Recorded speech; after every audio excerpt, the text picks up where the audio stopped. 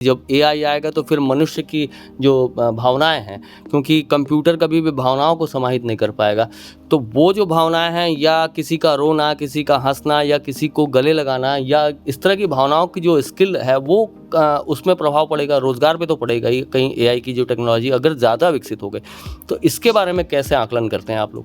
फ़र्क इतना पड़ेगा कि जो चीज़ें कुछ समय में बनती थी वो ज़्यादा जल्दी बन जाएंगी ऑटोमेशन की तरफ जी। से, तो उसमें नौकरियों का प्रभाव नहीं, सिर्फ हमें कुछ शिक्षा नीतियों में बदलाव करने की ज़रूरत है। टेक्नोलॉजीज़ का जो मिसयूज़ लोग कर रहे हैं, कहीं नेताओं के बारे में उनकी वॉइस को मिलाकर और उसको प्रेज़ेंट कर दे रहे हैं और वो सोशल मीडिया पे चला दिया जा रहा है। शिक्षा है उसके साथ और जो आपका आय है उसको कभी मिलाया ना जाए। अब जो साइबर अटैक या साइबर वॉरफेयर हो रहा है या फिर एक दूसरे के सिस्टम को हैक करने की प्रणाली चल रही है, तो क्या ऐसा नहीं लगता कि डिजिट वॉरफेयर में या फिर उस ताकत में जब लड़ाई इस पायदान पे आ जाएगी, तो उस पायदान पे लड़ते-लड़ते एक समय में इंसान पूरा एक मानव भी एक इंसान रोबोट टाइप का हो जाएगा? पहले क्या था कि अगर आप ग्रेजुएशन में एडमिशन लेते हैं तो आपको 3 साल ख़त्म करने और तब आपको डिग्री मिलेगी। अब क्या है कि अगर आपने 1 साल कर लिया और किसी भी रीज़न की वजह से, मे बी आपका फाइनेंशियल्स की वजह से या घर में किसी और प्रॉब्लम की वजह से अगर आपने 1 साल में छोड़ दिया कोर्स, तो पहले आपको कुछ नहीं मिलता था। आज की डेट में 1 साल के अंदर में आपको सर्टिफिकेट मिल जाता है 1 साल का। पहले का समय नहीं है जब सिर्फ हमारे पास 2-3 ऑप्शन थी कि आप डॉक्टर बनिए, इंजीनियर बनिए या सीए बनिए। आज की डेट में आप बायोटेक्नोलॉजी करके कोर्सेज कर सकते हैं, माइक्रोबायोलॉजी कर सकते हैं। उसके अंदर में डॉक्टरी अगर आपका नीट क्लियर नहीं हुआ तो आप उसमें बीडीएस में जा सकते हैं, आप नर्सिंग में जा सकते हैं। यानी कि जब आप अपना 3 साल का डिग्री खत्म करेंगे तो ऑलरेडी आपके पास 2 साल का वर्क एक्सपीरियंस होगा एज ए अप्रेंटिस। और अप्रेंटिसशिप के अंदर में जो हमारा अप्रेंटिसशिप लॉ है उसके अंदर में अगर किसी भी इंडस्ट्री, चाहे वो मैन्युफैक्चरिंग हो चाहे वो सर्विस हो, अगर उसके पास 30 एम्प्लॉय से ज़्यादा हैं तो वो इस एक्ट के अंदर आ जाते हैं। देखिए, भारत जब से अस्तित्व में आया है तब से अपने स्किल को तलाशता आया है। चाहे वो वेद मुनियों का जो स्किल है उस समय आयुर्वेद पद्धति चलती थी, उसके बाद में कुछ और साइंटिफिक कारणों से कुछ लोग साइकिल बनाने लग गए, कुछ लोग जैसे-जैसे जीवन ने विकास किया वैसे-वैसे इंसान ने स्किल के पीछे भागना शुरू किया। अब जिन मैम से आप आज आपकी मुलाकात कराने जा रहा हूँ वो स्किल इंडिया में सीईओ हैं और जैसे कि इनके भाषणों को हम सुन रहे थे तो वो कह रही थी कि जब ABCD के बारे में बताया जाता था तो A फॉर एप्पल बताया जाता था, लेकिन आज A फॉर AI बताया जाता है। मैम, थोड़ा सा आपका स्वागत है, हमारे चैनल स्वागत करता है और आप थोड़ा सा बताएंगी कि आज जो स्किल है उसमें कितना बदलाव आ रहा है, इंडिया कितना बदल रहा है? Thank you so much. मेरा नाम अभिलाषा गौर है और मैं चीफ ऑपरेटिंग ऑफिसर हूँ electronic sector skill council of India. हम लोग ministry of skill and entrepreneurship और ministry of electronics and information technology के साथ काम करते हैं। देखिए, स्किल जो है वो एजुकेशन तो जैसे आपने बोला कि वेद मुनियों के ज़माने से है और भारत जो है वो हमेशा से ही जो है वो प्रथम स्थान पे रहा है। उसके विश्व गुरु का मुकाम विश्व गुरु रहा है। का जो है वो मुकाम जी। प्राप्त हुआ है और आज भी हम उसी सोच के साथ आगे बढ़ रहे हैं कि आने वाले समय में बेशक फ्यूचरिस्टिक टेक्नोलॉजीज़ आ जाएं या उस समय पे तीर कमान या अलग युद्ध नीतियों की बात हो, तो हमें हर फील्ड में आगे बढ़ना है, चाहे वो साइंस एंड टेक्नोलॉजी है। स्किल डेवलपमेंट बहुत ही अहम है क्योंकि हम जानते हैं कि आज की तारीख में हमारी पॉपुलेशन सबसे ज़्यादा है वर्ल्ड के अंदर में, तो उस तरीके से बहुत ज़रूरी है कि लोगों को एम्प्लॉयमेंट भी उसी रेशो के अंदर में जो है इंक्रीज होना चाहिए। और स्किल डेवलपमेंट जब शुरू हुआ था 2007 में, जब पंचवर्षीय योजना चलती थी 2007 से 12 और 12 से उस समय 14 और बाद में फिर जो है नीति आयोग आ गया और 2014 मई के अंदर में मिनिस्ट्री ऑफ स्किल डेवलपमेंट का निर्माण किया गया। इसीलिए किया गया मिनिस्ट्री ऑफ एजुकेशन के साथ कि पूरा जो महत्व देना चाहिए स्किल डेवलपमेंट को वो अलग मिनिस्ट्री के थ्रू मिल सके इसके अंदर में। इसी योजना के अंतर्गत अलग अलग सेक्टर स्किल काउंसिल्स को बनाया गया, इंडस्ट्रीज़ को साथ में मिलाया गया कि हम ये जान सकें कि हम स्किल गैप स्टडी से कि किस आपके जो है स्टेट के अंदर में किस तरह की इंडस्ट्रीज़ है, वहाँ के लोगों को किस तरह की स्किल करने की रिक्वायरमेंट है। तो इसके अंदर में हम लोग इलेक्ट्रॉनिक्स, सिस्टम डिज़ाइन और मैन्युफैक्चरिंग से रिलेटेड जितने भी इंडस्ट्रीज़ हैं इंडिया के अंदर में, हम उसके अंदर में एक ऑक्यूपेशन मैप का स्टडी करते हैं और ये निकालते हैं, चाहे वो मैन्युफैक्चरिंग हो चाहे वो सर्विस हो, उसमें आने वाले 2 से 4 साल में किस तरह की नौकरियाँ आने वाली है। उस जानकारी को लेकर हम उसके अकॉर्डिंगली एक अपस्किलिंग का कोर्स बनाते हैं जिसमें जो 3 से 6 महीने का हैंड्स ऑन ट्रेनिंग कोर्स रहता है जिसमें 80% प्रैक्टिकल और सिर्फ 20% थ्योरी पढ़ाई जाती है उसके अंदर में। सिक्के के जैसे दो पहलू होते हैं मैम हर समय, और जैसे सिक्के का एक पहलू अपन देखते हैं तो वो एक विकास का नज़रिया, या एक जैसे कि हम चांद पर भी पहुंच गए और चंद्रयान 3 ने वहां पर सॉफ्ट लैंडिंग करके पूरे दुनिया को ये दिखा दिया कि दुनिया में जो लोग नहीं कर सकते वो हमारे साइंटिस्ट कर सकते हैं।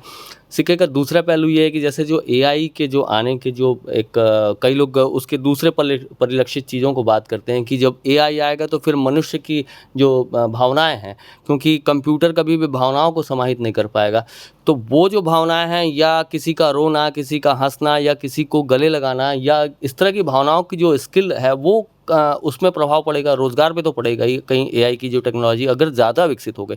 तो इसके बारे में कैसे आकलन करते हैं आप लोग?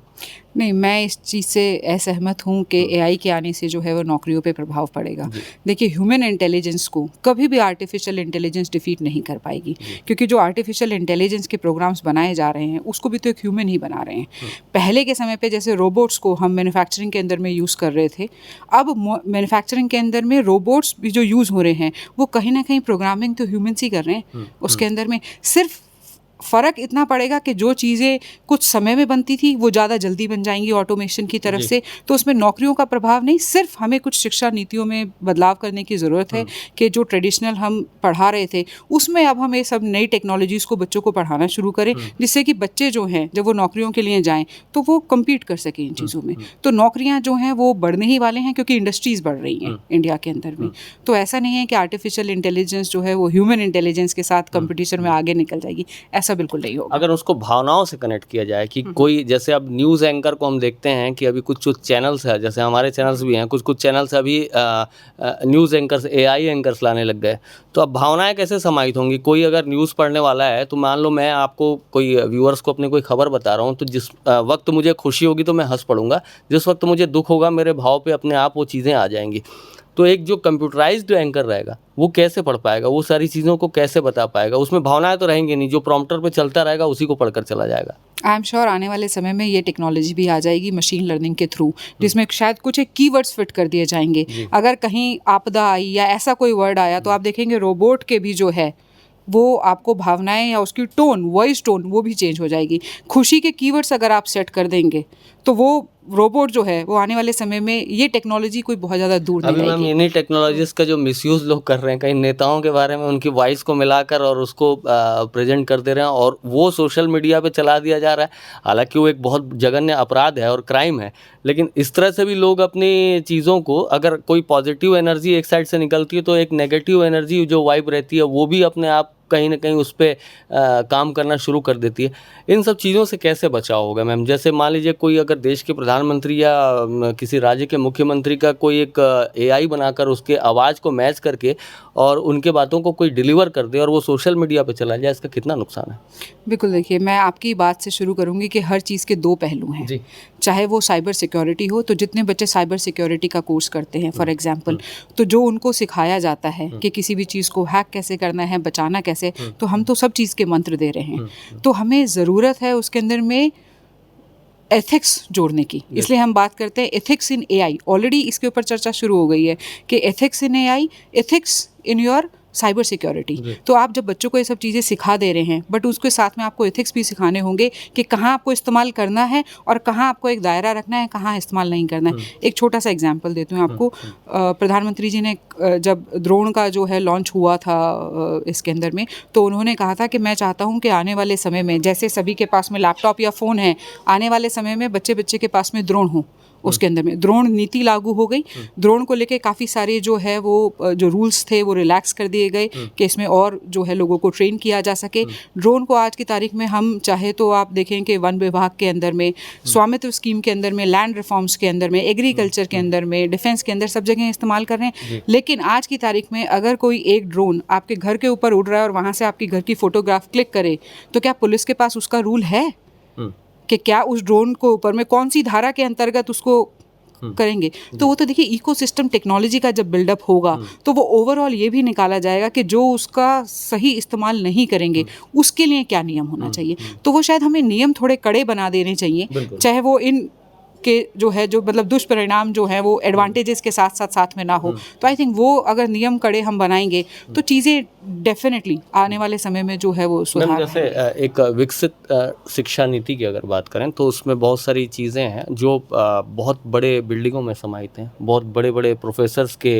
अंडर कमांड चलती हैं और वो सारी शिक्षा नीति जो है बहुत महंगे पायदान के नीचे रहती है। उसमें गरीब वर्ग जो एक मध्यम वर्गीय परिवार है जिसके पास स्किल है, अभी जैसे कि हम एक उदाहरण देना चाहेंगे कि जो चांद पे जो चंद्रयान मिशन 3 पे जो ऑपरेट कर रहे थे उसमें एक भिलाई का बच्चा है जिनकी माँ इडली बनाने का काम करती थी कभी, तो वो बच्चा अपने स्किल से आगे पढ़ता गया, केंद्रीय विद्यालय से एक बार उसे निकाला भी गया फीस ना देने के कारण, उसके बाद वो अपने स्किल से बढ़ता गया और आज वो चंद्रयान मिशन 3 का हिस्सा है। तो मैम ये चीज़ें कैसे हो पाएंगी? आज भी गांव में जैसे शिक्षा है वो बहुत दिक्कत से वो दूर जाना पड़ता है, रास्ते तक नहीं लोगों के पास में, कई जगह की शिक्षा इतनी महंगी है कि माँ बाप एफोर्ड नहीं कर सकते।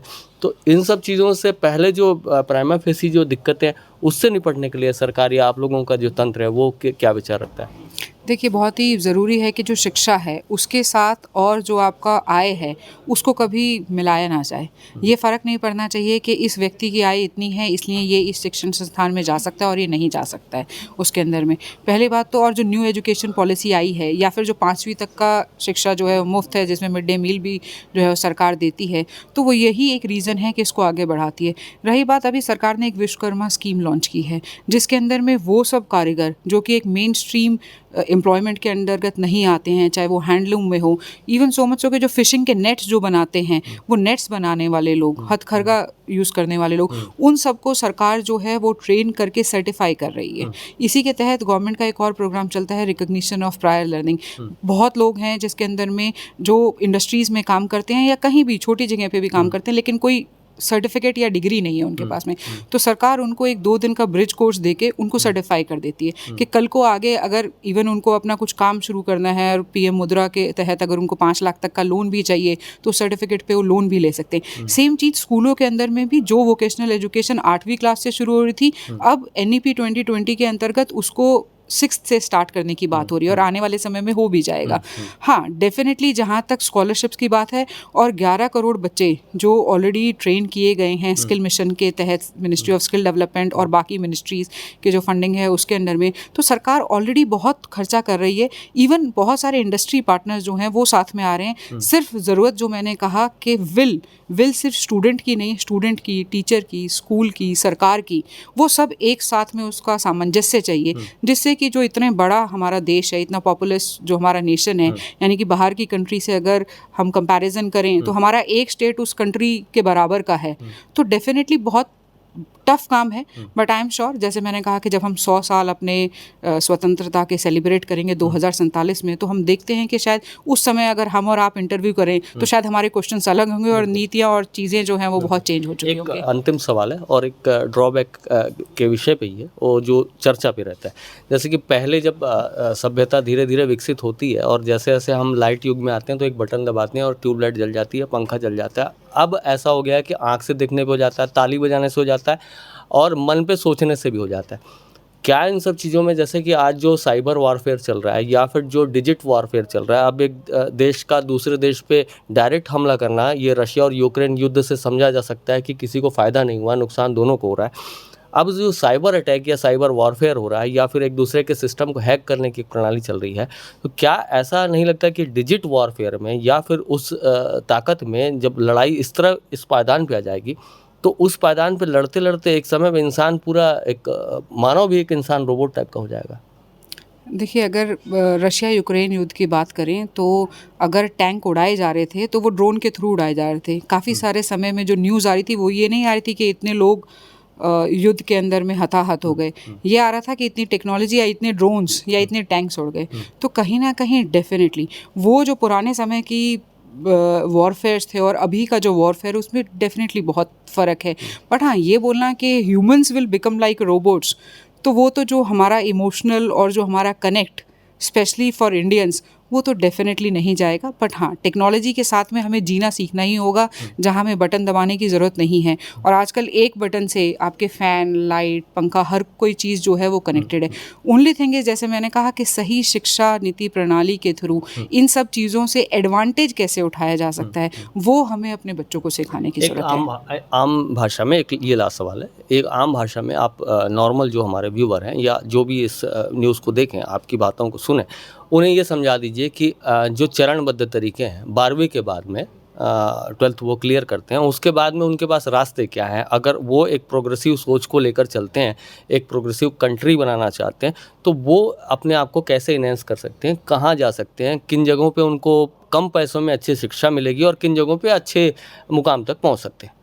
देखिए, जैसे आपने कहा 12वीं के बाद, मैं फिर से कहूँगी कि वो बच्चे को 5वीं के बाद ही डिसाइड कर लेना चाहिए, क्योंकि क्लास 30 से सीबीएसई के अंदर में already artificial intelligence, information technology, financial literacy, इस तरह के कोर्सेज ऑलरेडी लॉन्च कर दिए गए हैं, जो बच्चा क्लास 30 से पढ़ेगा उसके अंदर में। वोकेशनल एजुकेशन भी जो स्कूलों में आरएमएसए के थ्रू जो हो रही थी, जो क्लास 8वीं से थी, वो एनईपी 2020 के अंदर में क्लास 30 से स्टार्ट हो जाएगी। तो बच्चे अगर वो स्टेम एजुकेशन के अंदर में, यानी कि साइंस, टेक्नोलॉजी, मैथमेटिक्स, साइंस के अंदर में जाना चाहते हैं, तो बच्चा क्लास 30 से भी सोच सकता है कि मुझे किस तरह के फील्ड में जाना है। प्लस उसके अंदर में जो एनईपी 2020 के अंदर में अगर 12वीं के बाद बच्चा जा रहा है, और जैसे आपने बोला कि कम फीस के अंदर में भी, पहले क्या था कि अगर आप ग्रेजुएशन में एडमिशन लेते हैं तो आपको 3 साल ख़त्म करने और तब आपको डिग्री मिलेगी। अब क्या है कि अगर आपने 1 साल कर लिया और किसी भी रीज़न की वजह से, मे बी आपका फाइनेंशियल्स की वजह से या घर में किसी और प्रॉब्लम की वजह से, अगर आपने 1 साल में छोड़ दिया कोर्स, तो पहले आपको कुछ नहीं मिलता था। आज की डेट में 1 साल के अंदर में आपको सर्टिफिकेट मिल जाता है 1 साल का। अगर आपने 2 साल में किया तो आपको डिप्लोमा मिल जाएगा, 3 साल में किया तो डिग्री मिल जाएगी। मल्टीपल एंट्री और एग्जिट सिस्टम उसके अंदर में जो आ गया है, आई थिंक वो बहुत ही एक अच्छी चीज़ है। अदरवाइज एक बड़ा परसेंटेज जो है वो ड्रॉप आउट हो जाता था और ग्रेजुएशन कंप्लीट नहीं कर पाता था। 12th के बाद में डेफिनेटली बहुत सारे फील्ड हैं, और अब NCRF जो नेशनल क्रेडिट फ्रेमवर्क आया है NEP के साथ में, उसके अंदर में पॉसिबिलिटी ये है कि आप म्यूज़िक के साथ मैथ्स पढ़ सकते हैं। ह्यूमैनिटीज़ के अंदर में जहाँ आप हिस्ट्री, पॉलिटिकल साइंस, सोशोलॉजी पढ़ रहे थे, वहाँ पे आप IT और लीगल स्टडीज़ या फिर आप इंफॉर्मेशन टेक्नोलॉजी भी पढ़ सकते हैं। तो ऑलरेडी वो चीज़ें शुरू हो गई हैं उसके अंदर में। बस हाँ, बच्चों को सिर्फ ये तय करना है कि किस फील्ड में वो करियर बनाना चाहते हैं। पहले का समय नहीं है जब सिर्फ हमारे पास 2-3 ऑप्शन थी कि आप डॉक्टर बनिए, इंजीनियर बनिए या CA बनिए। आज की डेट में आप बायोटेक्नोलॉजी करके कोर्सेज कर सकते हैं, माइक्रोबायोलॉजी कर सकते हैं। उसके अंदर में डॉक्टरी, अगर आपका नीट क्लियर नहीं हुआ तो आप उसमें BDS में जा सकते हैं, आप नर्सिंग में जा सकते हैं, उसके अंदर में आप फिजियोथेरेपी में जा सकते हैं। इवन बहुत सारे लोग जो है वो न्यूट्रिशनल के अंदर में न्यूट्रिशन कंसल्टेंट्स बढ़ रहे हैं, क्योंकि जैसे हम देख रहे हैं कि बीमारियां देश में बढ़ रही है, तो योगा, न्यूट्रिशनल, होम्योपैथी, बहुत सारी अलग अलग चीज़ें हैं। सेम वे जहाँ बच्चा सिर्फ कॉमर्स के बाद में जो है BCom करता था, आज की डेट के अंदर में अगर उसको लॉ में जाना है, उसको कॉमर्स में जाना है, BBA जो बच्चा करता था या BCom करता था, उसमें ऑनर्स और स्पेशलाइजेशन कोर्स है। आज की डेट में आप BBA डिसीजन साइंस में कर सकते हैं, BBA IT में कर सकते हैं, BBA इंटरनेशनल बिजनेस में कर सकते हैं, और अकॉर्डिंगली एज पर जो नौकरियाँ आजकल मिल रही हैं उसके हिसाब से आप अपनी एक दिशा को सहज कर सकते हैं। इसके साथ साथ UGC के अंदर में अप्रेंटिसशिप एम्बेडेड डिग्री प्रोग्राम्स जो है वो लॉन्च हुआ है। सेम ICTE भी बहुत जल्दी उसको लॉन्च करने वाला है, जिसके अंदर में आप इंडस्ट्री के अंदर में भी जाएंगे काम करने के लिए और कॉलेज में पढ़ाई भी करेंगे। यानी कि जब आप अपना 3 साल का डिग्री खत्म करेंगे तो ऑलरेडी आपके पास 2 साल का वर्क एक्सपीरियंस होगा एज ए अप्रेंटिस। और अप्रेंटिसशिप के अंदर में जो हमारा अप्रेंटिसशिप लॉ है, उसके अंदर में अगर किसी भी इंडस्ट्री, चाहे वो मैन्युफैक्चरिंग हो चाहे वो सर्विस हो, अगर उसके पास 30 एम्प्लॉयज से ज़्यादा हैं तो वो इस एक्ट के अंदर आ जाते हैं। ऑल ओवर इंडिया के अंदर में कंप्लायंस है उसके अंदर में, और उसके अंदर में 2.5% से लेके और मैक्सिमम 15% तक एम्प्लॉयज़ वो एज ए अप्रेंटिसेस रख सकते हैं। तो ये जो बच्चे कॉलेजेस में पढ़ रहे हैं, ये सब इंडस्ट्रीज़ के अंदर में जाके हैंड्स ऑन ट्रेनिंग ले सकते हैं। और इसमें सरकार ने ऑलरेडी DBT मोड के अंतर्गत, जहाँ पे बच्चों को 7,500, 10,000, 12,000 देते हैं, ऑलरेडी गवर्नमेंट जो उन इंडस्ट्रीज़ को भी जो है वो DBT मोड में उनको भी जो है प्रोत्साहित करती है कि वो इस तरह के बच्चों को अपनी इंडस्ट्रीज़ में आने का मौका दें और बच्चा आगे पढ़ पाए। तो जब बच्चा इंडस्ट्री में जाएगा अपनी पढ़ाई के साथ साथ, तो आई एम श्योर एक क्लियर अंडरस्टैंडिंग होगी कि उसको किस तरह का फ्यूचर और करियर बनाना है। प्लस वो अपनी फीस इस अप्रेंटिसशिप से जो उसको स्टाइपेंड मिल रहा है उससे भी कमा पाएगा। तो आई थिंक ये सब चीज़ें जो हैं ये हेल्प आउट करेगी स्टूडेंट्स को, और बच्चों को डेफिनेटली जो वो क्लासेस में सीख रहे हैं उसको एक्सप्लोर करना ही चाहिए कि किस तरह से वो E-लर्निंग के थ्रू या इतने सारे और माध्यम हैं उसमें डेफिनेटली अपनी नॉलेज को जो है वो और बढ़ाए। इसके अंदर। बहुत शुक्रिया मैम हमसे बात करने के लिए और इतनी अच्छी जानकारियाँ दर्शकों तक। तो ये अभिलाषा मैम थी, गवर्नमेंट ऑफ इंडिया से हैं। साफ तौर पर इन्होंने जो जानकारियाँ आप तक पहुँचाई और मेरे अंदर जो एक सवाल थे, मेरे अंदर जहन में कुछ जो बातें तैर रही थी, उन सवालों को मैम से रखने की कोशिश की और उन बातों के जाहिर तौर पर जहाँ तक जवाब मिले हैं उनसे आप कितने हद तक संतुष्ट हैं, क्या आपके कुछ क्वेरीज़ हैं, कमेंट बॉक्स हमारा आपके लिए छोड़ा हुआ है, उसमें हमारे चैनल को सब्सक्राइब करिएगा और नीचे कमेंट बॉक्स आपका है।